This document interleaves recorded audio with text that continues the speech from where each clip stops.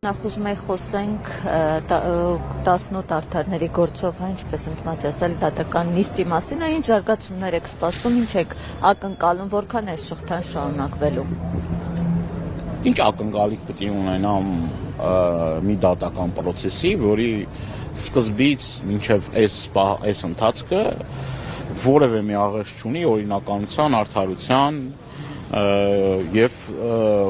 ուղղակի քաղաքական հետապնդում է։ Այս մարդիկ քաղաքականավորներ են։ 18 արդարներ եւ Հայաստանում շուրջ 60 քաղբանտարկյալներ գտնվում են անազատության մեջ մի պարզ պատճառով, որ դեմ են իշխանություններին, իրենց կարծիքը արտահայտել են, պայքարում են մեր հայրենիքի համար, դրա համար գտնվում են քրեակատարողական հիմնարկներում։ Գործերը կեղծ է, շինծու է, որևէ իրականության հետ աղերս չունի, ավելի քան պարզ է, որ որոշումները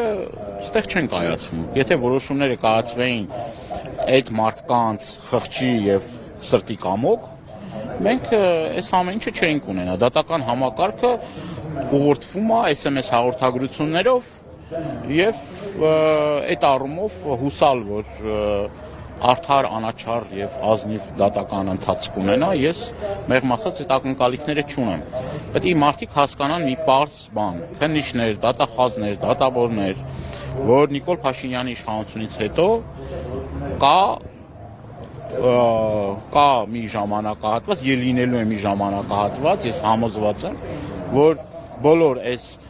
շինծու քրեական գործերը արդար եւ պատշաճ քննության են ենթարկվելու։ Պարոն Դանիելյան, եթե ծանոթ եք, այսպես գոնե որոշ հատվածների արտաքին հետախուզական ծառայության այս զեկույցի, այնտեղ անդադ կարմիր տողով խոսվում է ահաբեկիչների, խոսվում է գործակալների, հիբրիդային պատերազմի մասին, ասում են, որ ընտրություններից առաջ այս ամենը ավելի թեժանալու է Հայաստանում։ Սա ինչի մասին անոնսեր, ընդ որում եթե այսպես հետևենք, խոսում է այնտեղ հենց գործարարների միջոցով, հոգևորականների միջոցով են այս ամենը իրականացվելու, այլ ինչ արձանագրումներ այդ զեկույցից կարող եք անել։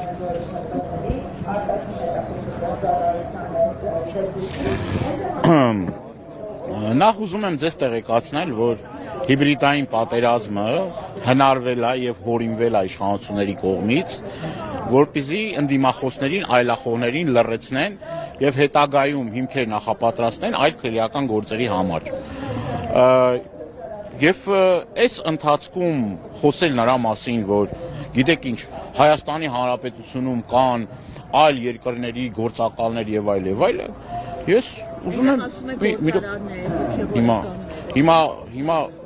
գամ ձեր հարցին, որ ասում են կան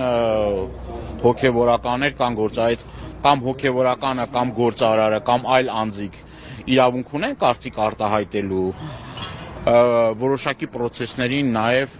իրենց գնահատականը տալու։ Այս երկրի քաղաքացիներ են, չէ՞։ Այս երկրի քաղաքացիներ են։ Մարդիկ ուղիղ հայտարարություն են անում, որ մեր երկրի արտաքին հետախուզական ծառայությունը դա ստեղծվել է Ամերիկայի Միացյալ Նահանգների եւ Անգլիայի կողմից, միութի կողմից ստեղծվել է Հայաստանի հատուկ ծառայությունները, Հայաստանի Հանրապետության արտաքին հետախուզական ծառայությունը ստեղծվել է։ Ազգային ժողովից ես այդ հարցը բարձրացնում եմ, ասում եմ ոնց կլինի մի երկրի արտաքին հետախուզական ծառայություն հայտարարություն է հնչում, որևէ մի արձագանք, որևէ մի խոսք, որևէ մի բան չկա դրա մասին։ Այսինքն